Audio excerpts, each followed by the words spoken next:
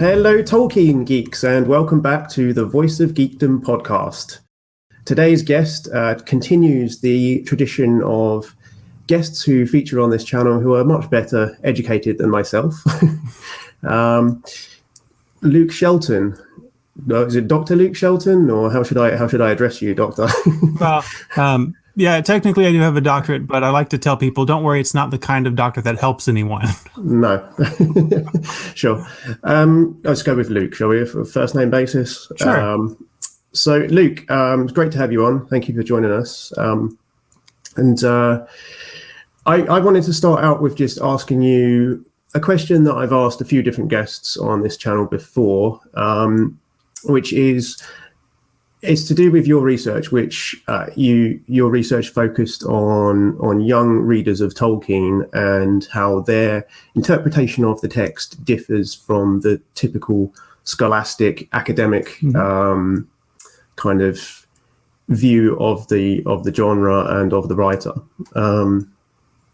And something that's always fascinated me, and something that I've always been trying to search within myself to find the answer for, is why do you think that, or let's phrase it this way, young readers of Tolkien, he's a writer that is not for everybody, and not every young reader appreciates him in quite the same way. But when you do come to Tolkien early in life, which I did, it seems to have a way of sticking with people. He seems to be a writer who just stays with you for the rest of your life. I've read widely from everything from Dostoevsky to H.P. Lovecraft, and I've always come back to Tolkien. I reread The Lord of the Rings annually, as a lot of people do.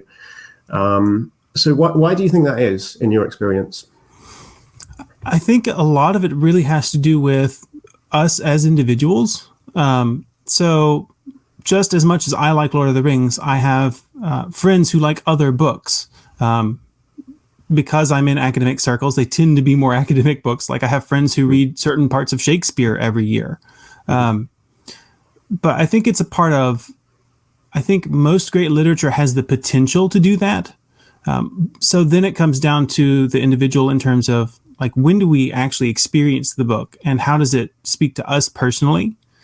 And if it's good enough, if we keep coming back to it, it'll speak to us in different ways at different times.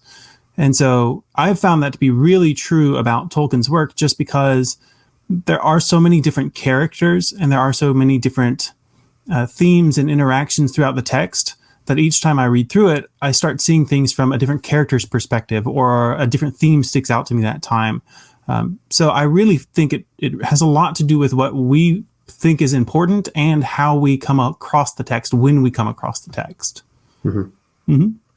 So when you say when we come across the text, you mean in terms of like the zeitgeist of when you experienced the text, when you read it, like the society that you were being brought up in at that time, or the part of your life, or both? I mean, it's both, isn't it? It's the both, answer, honestly. It's because if I had read Tolkien when I was too young or too old, I don't think I would have attached to it the way that I did when I read it as, personally, I was 11. And it was one of the first books that I really lost myself in. I invested in it the same way that younger me had invested in simpler books, but this one had enough substance to keep me invested for a much longer time. And even when you're done with The Lord of the Rings, there are a lot of unanswered questions. And I think that also had a part in me wanting to go back again and again, was to try and figure out those questions, to kind of fill in the gaps a little bit. So it does have a lot to do with the surroundings, in terms of, do other people enjoy the book? Because that often enhances the enjoyment for people. But also it is a lot to do with you personally, where you are in your life. Mm-hmm. Yeah. So, and for you at 11 years old, what was it that brought you back again the second time? What did you reread immediately afterwards, or was it something that you came back to years later? I did not reread immediately after. I tried to go on. So I had already read The Hobbit, then I read The Lord of the Rings, and then I tried to read The Silmarillion. I did finish The Silmarillion and start Unfinished Tales, but as a little 11, 12-year-old, personally, I didn't really grasp enough of the Silmarillion because most of the stories I had read up to that time were, okay, here's the protagonist and we're going to follow this character throughout the entire story. I just didn't have enough experience with things like myth and legend to understand that like the Silmarillion is thematically connected, or it's connected as the story of this world instead of the story of a character. So I just didn't really get that in my first reading. And so it actually took me a little while to come back to Lord of the Rings. Just I had a very demanding high school, so I didn't have a lot of extra time to read. So it did take me a couple years before I could get back around to revisiting it. But I do remember I grew up in the southern states of the United States. And the nature depicted in The Lord of the Rings reminded me a lot of the nature where I grew up, even though Tolkien had never visited there to draw inspiration from it. I did like that idea of the natural world playing such a large part in the story. So that's really a large part of what drew me back, in addition to several of the characters that I really enjoyed. And that was something that I noticed. I just said to you before we started filming, I sort of browsed through your thesis paper. Something that I noticed that I picked up on was that a lot of your readers identified with this theme of nature. That seemed to be a common theme, at least from your summarization of some of the interviewees. How did you go about finding these interviewees? Because something else that I found interesting about this was that many of them had read the Silmarillion. Where did you find these children? So it might help a little bit to give some background to the project. I had the idea for the project because as a young reader, there were certain parts of the text that I had a particular interpretation of. And, I kind of formed my own world with it for a little while. And it wasn't until several years later that I started actually engaging with scholarship, talking to other fans, those kinds of things. And through that process, I realized that several of my interpretations were not shared with other people. So, for instance, I read the book young enough that when Gandalf tells you don't trust anyone outside of the Shire, I took that to heart because to me, Gandalf was like a father figure. You listen to Dad, you do what Dad tells you to. So Tom Bombadil is outside of the Shire, and Gandalf said not to trust anyone. So I did not trust Tom Bombadil the first time I read. In fact, I didn't think that he was a good guy until he set the hobbits on the road and told them to go away. But reading back through that, I can see that interpretation because here he is trying to get a lot of information out of them. He does actually take and hold the ring, and it has no power over him for some reason. As far as I knew, he was kind of in cahoots with Old Man Willow. Old Man Willow was just holding them until Tom Bombadil could come get them. So that was a very personal interpretation. And then later I realized that's not how anyone else is reading this. Tom Bombadil is somebody who confuses a lot of readers anyway, adult readers as well. He and I think young Luke had a point, honestly, because I think I probably had the same impression of him too. I started a little younger than you did, but my recollection of Tom Bombadil first time in was probably similar because there was the strange dreams and the peculiar surroundings and just the unexplained nature of this guy who seemed to be going around singing about himself in a kind of slightly bombastic way. Sorry, it was just the realization that I went through this process of having my own interpretation and then kind of leaving that behind as I grew up, that I was really interested to see if that was a common phenomenon, to see if that was something that other young readers went through with The Lord of the Rings. So then the idea being to talk to these readers early, maybe before that had the chance to happen. And so I think that through the research, I did find that was true in a few cases, and we can talk about that in a minute. But in terms of recruiting or getting participants into the research, I initially had the idea of just doing it locally in my local area, and then also going to different conferences, because often at Tolkien conferences, parents will bring their kids. and trying to interview kids at conferences, that ended up not being a very good source of participants. So ended up just having to do online interviews via different platforms like the one that we're using here, and recruiting via social media, Reddit, Facebook, Twitter, any way that I could. So there is a little bit of a caveat there in that all of my participants are either involved in those groups, so they're already heavily invested in Lord of the Rings, or their parents are involved in those groups, so they're invested because their parents handed down the text to them. So that is a distinction that I do make in the study, that there's some of what we call self-selection bias. These are the kids who are more likely to participate in a study because they're already invested in the work. Right. Even though I think, if I remember correctly, more than half of my participants had read the Silmarillion, I don't think that's probably true for most kids that age. I just think that's part of that self-selection bias. Mm-hmm. And the vast majority also had reported that The Lord of the Rings was either their favorite book or one of their favorite books. And, absolutely. And my assumption would be that the interviewees who responded one of their favorite books may have answered that their favorite book was another Tolkien book, potentially. So yeah, that was what I imagined was children of Tolkien scholars, children of people who are invested in the fandom, or young adults who are invested in the fandom. So that was my thinking there as well. But yeah, interesting work. And it hasn't finished really. It hasn't ever ended, because you're a podcaster now. That's true. Yeah. And so tell us about that. So what are you trying to accomplish with your podcast now? So part of my motivation for the PhD work was that I was trying to identify a place where there were voices in the Tolkien community that weren't being represented and weren't being heard. Now, that's the case for several different populations, but I wasn't comfortable speaking for those populations or trying to present a work from myself as an insight into those groups. But then it struck me that I can speak for kids because I've been a kid, and I do remember some of my early experiences. And that is also a voice that's underrepresented. So then that led me to the PhD, and that same motivation led me to make some larger projects as well.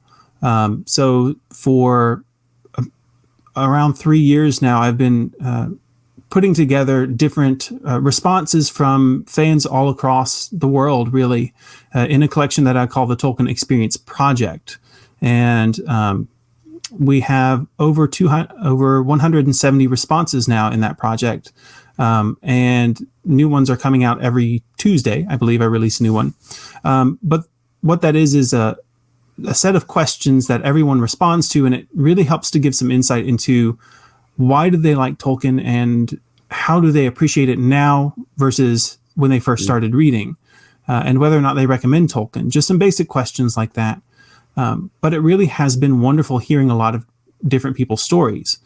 And then last year, 2020, because the Tolkien Experience Project was doing so well, that led me to, after receiving a lot of peer pressure, to set up the Tolkien Experience Podcast, which is an audio format of essentially the same project. But in this case, we're focusing more on scholars, people who build fan communities, more recognizable names, and also more interesting experiences, kind of cherry picking the ones from the project that would be more interesting. And I don't say that to say that that some experiences are more valuable than others, because they're certainly not. Everyone's experience has value. But when we're putting together a podcast, we do have to consider what is the listener going to want to hear or be interested in. And so that's kind of what we've tried to cull together. And thanks to a lot of support I've gotten from a lot of people, including my fabulous co-host, Sara Brown, who's also a PhD in Tolkien studies, by the way. I like to pretend that, well, actually, I like to claim that we're the only Tolkien podcast co-hosted by two Tolkien PhDs. And it's really funny. I think you are the only one that I can think of. Yeah. Yeah. Certainly there are other scholars that podcast, but yeah. And it's funny because for the two of us, our passion is interacting with the fandom. And so it's kind of two Tolkien PhDs talking not about their PhDs in a way.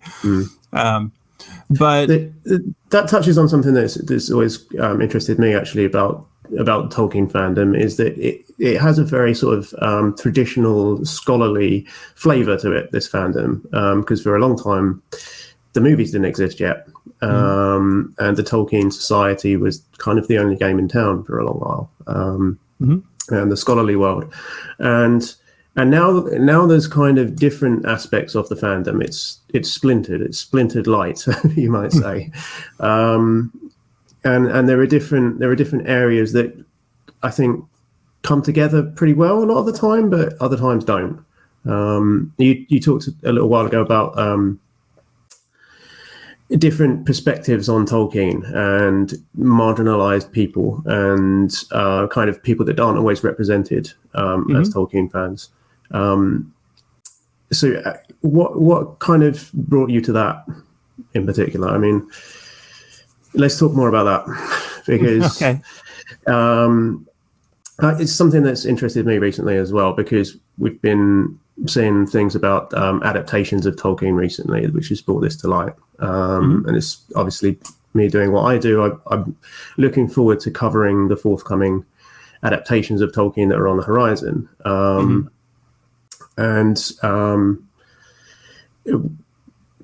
I guess I don't know quite where this is leading to a question, but what's your perspective on that?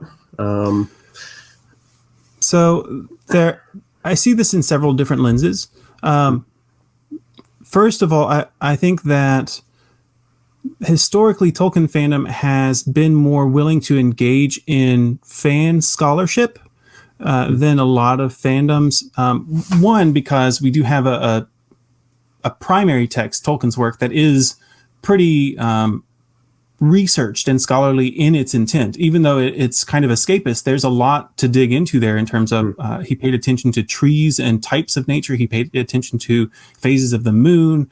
He created linguistic systems, all these kinds of things. Reading it as an adult, it's very noticeable that it was written by a scholar.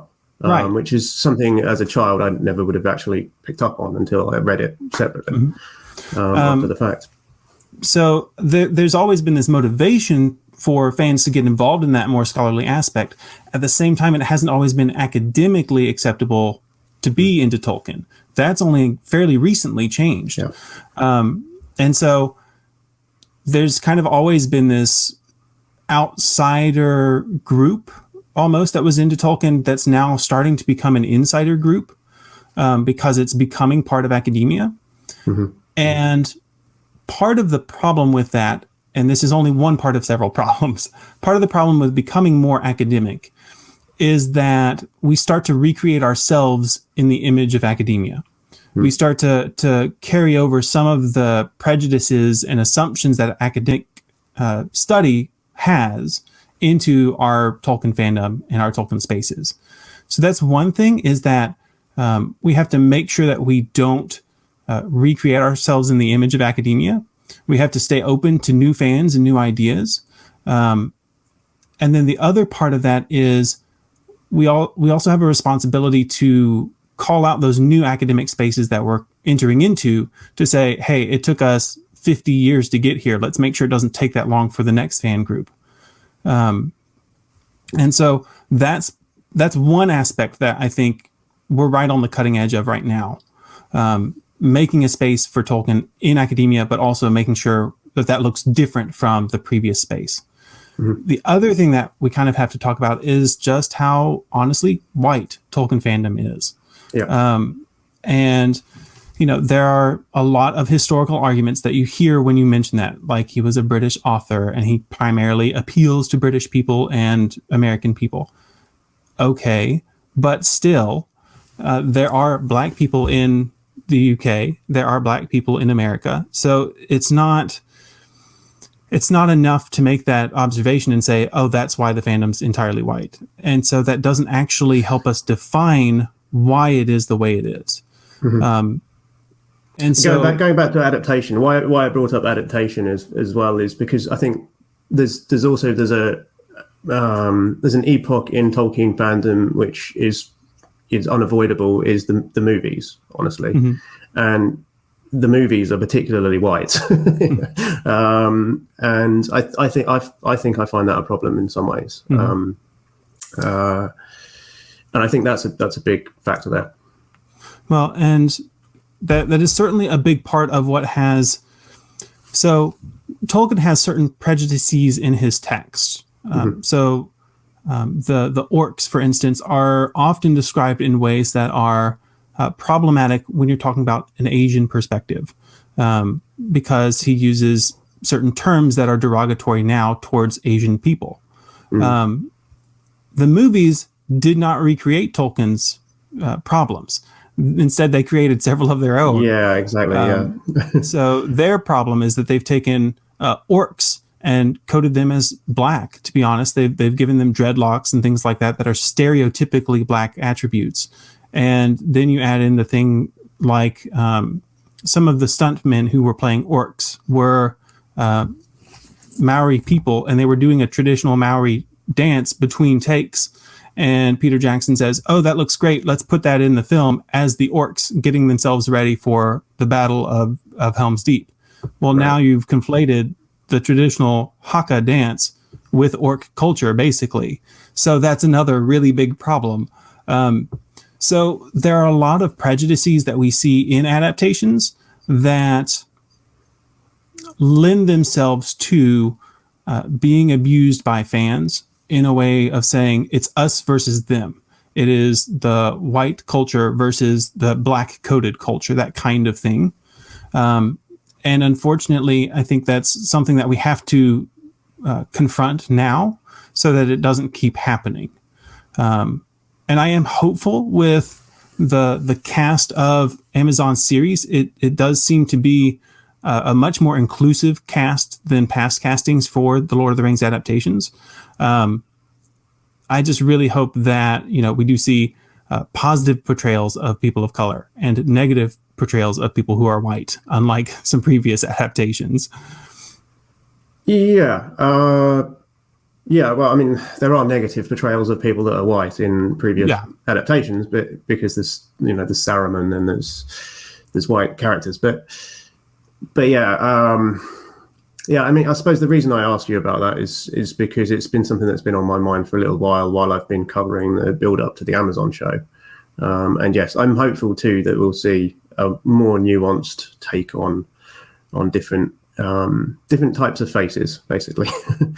You have a set of questions that you ask each of your guests on your podcast. And I'm just going to read those out for the sake of my audience who may not know. You start with the question, how were you introduced to Tolkien's work? What is your favorite part of Tolkien's work? What is your fondest experience of Tolkien's work? Has the way you approach Tolkien's work changed over time? And would you ever recommend Tolkien's work? Why or why not? So really good question, really open questions. All of them are open questions. And the last question I think is particularly interesting is why would you ever recommend Tolkien's work, and why or why not? And not having listened to enough of your podcast to answer this question myself, I have to ask you, do a lot of scholars and people in the Tolkien fandom answer no to that question? So really, it's a question that I wasn't expecting many no's to, but I do try to get some nuance in the answer. And I have been really pleased and really surprised sometimes at the honesty with which the answer is given. So if you're familiar with the Prancing Pony podcast, they haven't been on my audio podcast, but they were some of the very first people to do my text project because I made a connection with them fairly early on. And both of them I know them a little bit too. Both of them had really kind of measured responses saying, that they love Tolkien, but at the same time they understand that it's not for everyone. So those kind of responses are often very telling about what do we value in the work. So for instance, I recommend Tolkien, but it really depends on who I'm talking to, what part of Tolkien I recommend, and to what extent I go ahead and let them know that there are some things in here that I wouldn't really support right now. But the book in and of itself is something that means a lot to me each time I read it. So for that reason, I do recommend it. And so that leads into a lot more depth than you'd expect from a question like that. And I think part of it is leading up to it. It's so many open-ended questions. They get used to talking and filling in more detail. So it really does make for some interesting answers. So I myself have never recommended Tolkien to anybody, but my answer to that question is yes, I would. But I've just never found the particular person in my life who I would recommend Tolkien to who hasn't already read him.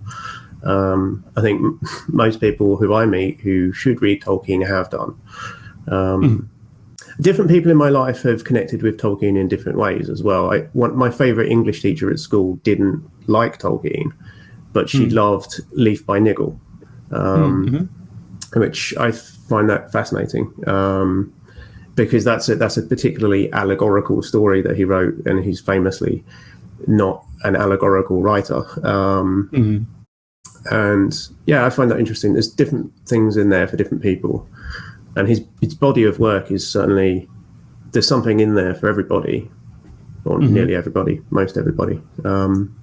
So let's get back to the rest of the questions then. So the open questions there, because they don't seem like research questions. They seem like questions in order to kind of build a podcast content. They seem to be designed to tailor a good discussion. Yeah. So they actually are really, really researched questions. Okay. So the trick with a question like this is to be as open-ended as possible, and that does, creating a question like that does come from my experience as a researcher, because it's really easy to create questions that are like yes, no, let's get you to where your answer can fit in a data set, or a Likert scale, Yeah. And so one of the other ways that you can approach research is, instead of using a quantitative approach, which is putting numbers to answers, a qualitative approach. So try and get as much information as you can to try and understand. And really that's what my PhD was. It was a qualitative approach because it only had 30 participants. That's not enough for a real quantitative approach. And so there were a lot of open-ended questions in my research. And so I kind of used a lot of the same techniques to develop the questions for the project and the podcast, because I did want honest reflection, to be honest, from the people contributing. I think one of my favorite interviews was with Quickbeam, who you've actually had on, right. Clifford Broadway. Yeah, very, very nice guy. Yeah, he's a really, really nice guy. And in his interview, we actually ended up talking shortly after the death of his brother. And it was his brother who introduced him to The Lord of the Rings. And so that was a really, really heartfelt interview between the two of us. And if the questions were yes, no, let me give you the facts and figures, we would never have shared that moment. And so that's the kind of things that I wanted to enable with the questions, was to allow people to really dig into their own past experiences and figure out, okay, what is it about this book? Why do I enjoy this work so much? And I've been really, really pleased with the quality of conversations I'm able to have with our guests, because these questions do seem to thankfully work that way. Yeah, I really enjoyed talking to Cliff too, and he's somebody who wears his heart on his sleeve a lot. Got a great deal of respect for him. We got into it on a subject where I had criticised him previously for some of his statements, but yeah, got a lot of love for him. So, who has been your favourite guest to date? that you've spoken to? Oh gosh, that's a tough question. So I have been fortunate enough to have a lot of guests that your listeners might know. So Corey Olson was on. John Garth has been on. Dimitri Fimi was our very first guest. You studied under her, of course, so right, that makes sense. Yeah. And so I'm going to go a little bit outside of the box. One of my absolute favorites was by a musician. Her name is Margaret Killjoy, and she started the band Feminazgul, which is a metal band. And I came across an interview with her talking about why she started Feminazgul and what inspired her to use a Tolkien name and stuff. And I was like, okay, I have to ask her to be on. That's an excellent name. Yeah. And I loved her first reading because she, part of what she does is she participates in activism. And her first reading of The Lord of the Rings was stationed in a tree to keep the tree from being cut down. She's reading Lord of the Rings. And so her entire interpretation is looking at standing up to oppressive power that's destroying nature. That's an amazing read. It's not like anything else I've ever heard someone say their first reading experience was like. And so, it's that kind of just out of the blue, fantastic first read that it just was unexpected, and I loved that interview so much because of that. So was she reading about the trees at the time? Or was was she reading about the Ents, or was she reading about Gandalf up a tree in The Hobbit? Or so she shared that one of the favorite parts of the Lord of the Rings in that reading was the Ents marching on Isengard. They saw that as very similar to what they were trying to do in protecting the trees. That was so they ended up like singing the "With Doom We Come" song together. Oh, that's sweet, but also punk as well. It's really punk. It's a really good story. I have to listen to that one. And that's a great name as well, Feminazgul. Yeah. Superb. So that's your favorite guest. Is there anybody that you haven't had on yet that you would like to? There's so many people that have been touched by Tolkien. One of my ambitions would be to get I'm drawing a blank on his name, the lead singer of Led Zeppelin on Yeah. one day. That would be amazing. See the influence in those lyrics, but yeah, who would you most like to interview? How much time do we have? I think to me, one of the people that I'd love most would be someone like Stephen Colbert.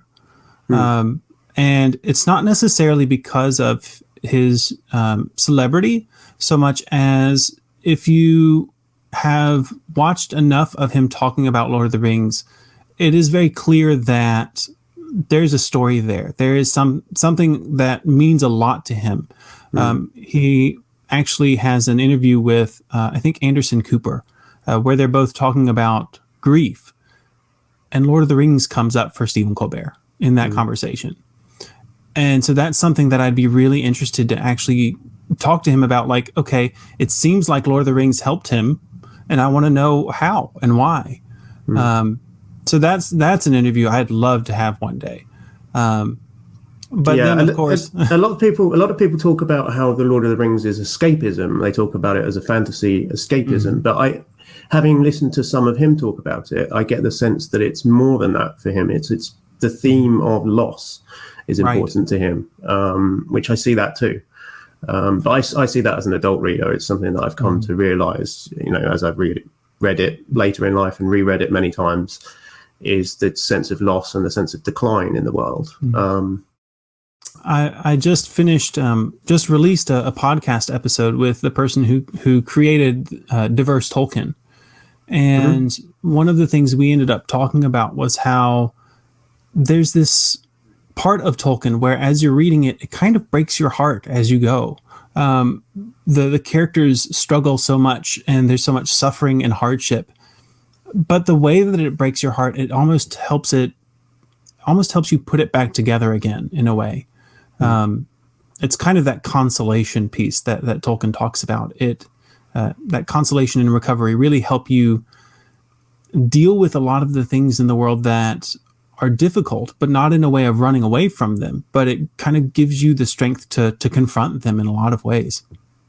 There are untold stories in Tolkien sometimes as well that I think about. I'm preparing a video at the moment for Tolkien Reading Day next month, and this is announcement, I guess, because I haven't announced this. I'll be doing a video where I'm doing a dramatic reading of the closing passage of the Helm's Deep chapter.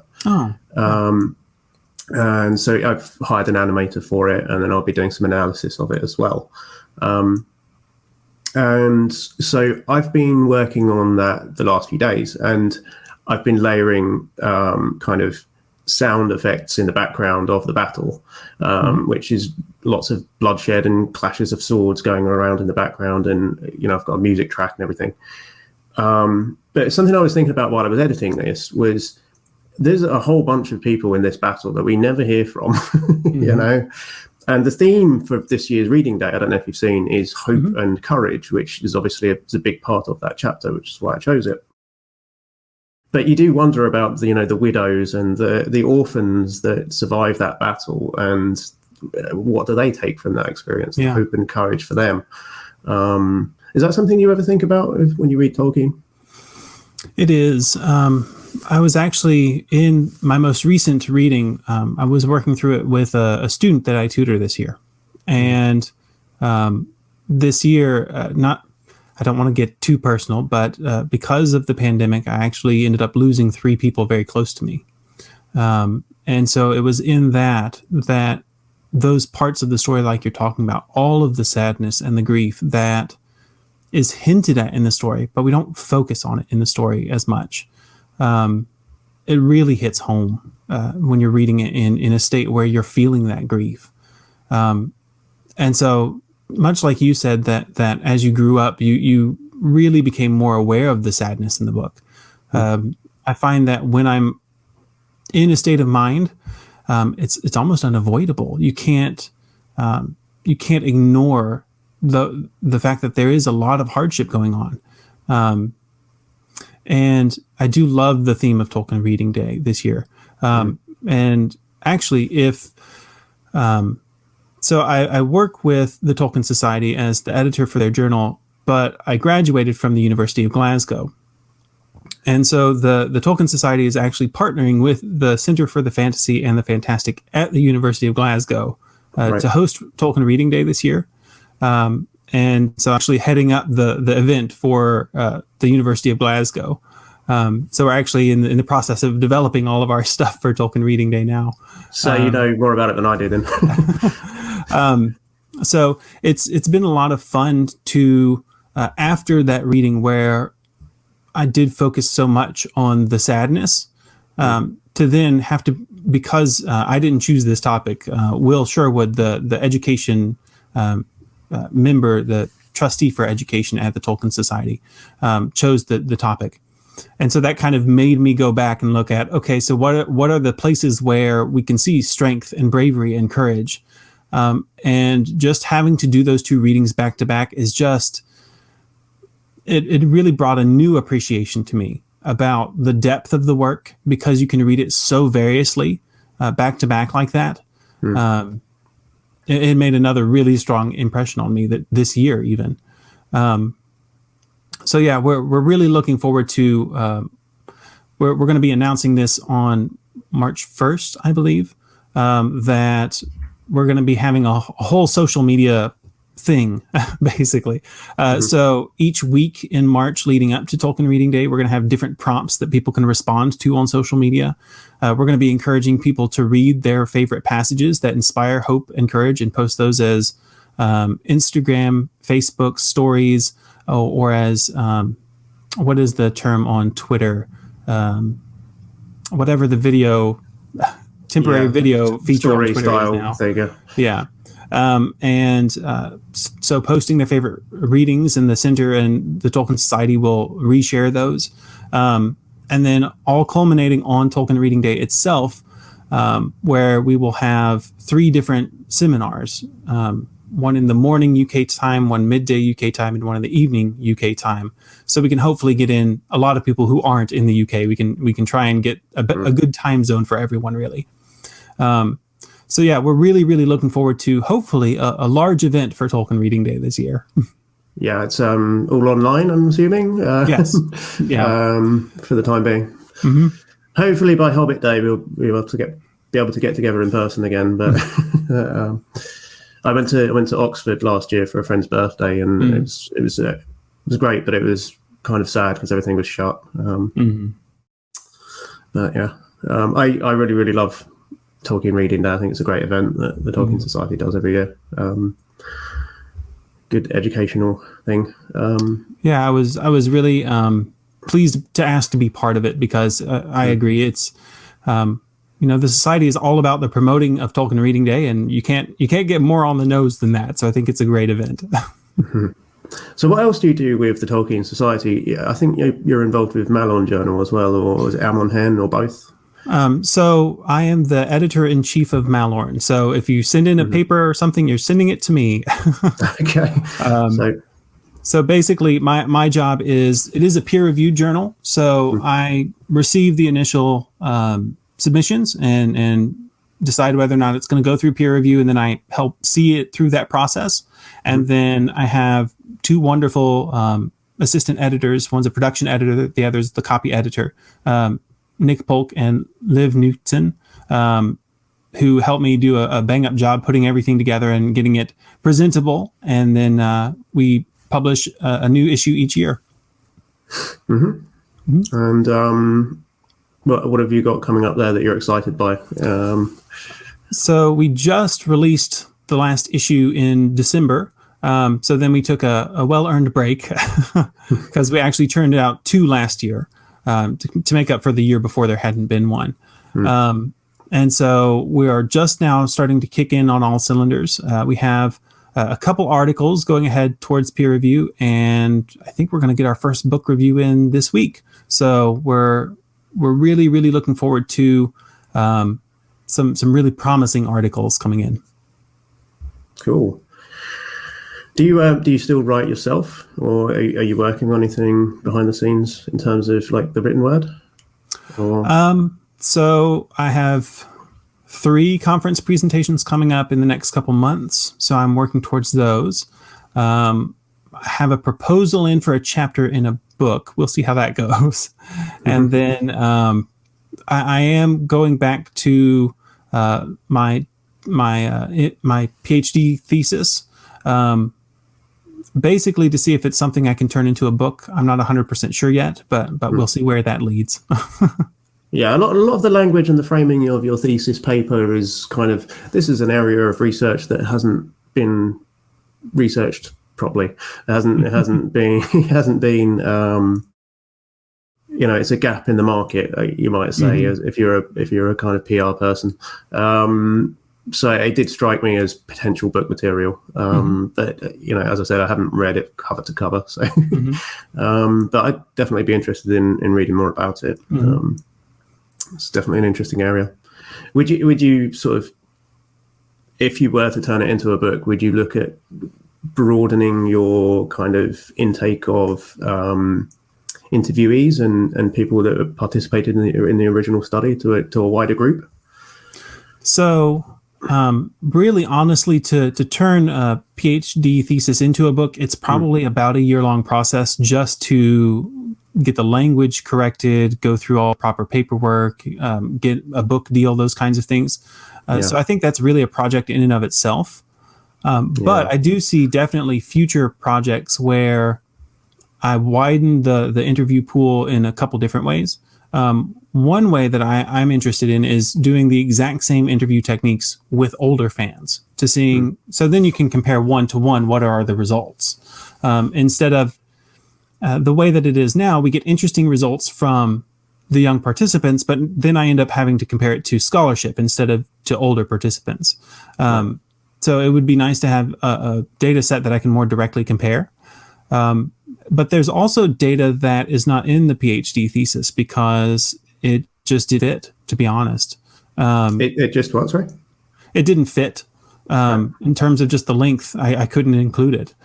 So all of my participants reflected on, in the PhD thesis, it looks like it's just the Shire and Lothlorien, but no, they also reflected on Rivendell, on Bree, and on, now I've drawn a blank. They did the Shire, Bree, Rivendell, Lothlorien, and Moria. Moria was also mentioned, yeah. And so I just didn't have the space to include all of those. And so those are definitely areas that I'm looking to, one of those I'm hoping to make a chapter for a book, and the other two I'm looking at what I can do with those. Mm-hmm. Great. I look forward to that. It's a well-written paper, so I'm definitely, I'm definitely pre-ordering your book. Thank you very much. In a couple of years, probably, but cool. And so, what else is next for you with what you're doing online and podcasting? Have you got anything you're looking forward to there? So we are continuing with the Tolkien Experience podcast, and that is on YouTube, just Tolkien Experience. We already have the next few episodes recorded, and I'm very excited to share those. We tend to not actually leak who's on them until they come up, just because we do have a Patreon and we kind of give early notice there. So that's kind of the special thing for them. But I can leak that we do have our first actor from the Lord of the Rings movies in an interview. Oh, nice. Yeah, so that was very fun to get to do. So getting some stories from behind the scenes stuff, that was really fun. So was that an actor who first read the books while filming, or in preparation for the role, or? It was they did read the books while filming. Mm-hmm. Right. So that's a completely different perspective again, isn't it? Yeah, absolutely. Yeah, something else I do on my channel as well. I mentioned a dramatic reading for the reading day thing. Mm-hmm. Is I do kind of so I'm going through the Silmarillion chapter by chapter roughly, and I've been getting various people from the Tolkien fandom, just whether they're fans or fellow YouTubers or people like that, to come in and do voice acting for the dialogue stuff in the Silmarillion. One thing I'm looking forward to there is having those people on again for a podcast to talk about their character. Oh yeah, which is pretty cool to get that perspective. So yeah, definitely interested in that content. Yeah. So the other big thing, of course, is I'm having a baby this summer. So that's taking up a lot of my future plans, because we are very excited, and I'm going to be the primary caretaker. So I'm very happy about that. Yeah, you're taking on some extra responsibility there. So you're married and you studied in Scotland. So you presumably have a very understanding wife. Well, I was fortunate in that my entire PhD was done distance. So I really only had to travel to the UK twice. Okay. It actually started. So I started my PhD with Dimitra Fimi, and she was not at the University of Glasgow when I started the PhD. She transferred there partway through. So I had to go to the Cardiff Metropolitan University to defend my master's and transfer it to a PhD. And then when she moved to Glasgow, I had to go to Glasgow to defend my PhD. Right. Okay. Right. So it was all done remotely, or a lot of it was. So yeah. Okay. That makes more sense. Cool. Okay, doke. Well, I think I'm going to wrap this up now, because I'm kind of out of questions. So where do people go to find you, Luke? So the easiest place to find me is luke-shelton.com. Or if you are interested in the podcast, you can find that by searching for Tolkien Experience on any of your podcast providers or on YouTube. Brilliant. Okay. Thank you. I'll be back with more podcasts in the coming weeks. I've got more guests that I'm looking at recruiting, and I'll be back next week with the second half of chapter 13 of the Silmarillion. So we'll see you all next week for that. Cheers. Take care, everybody.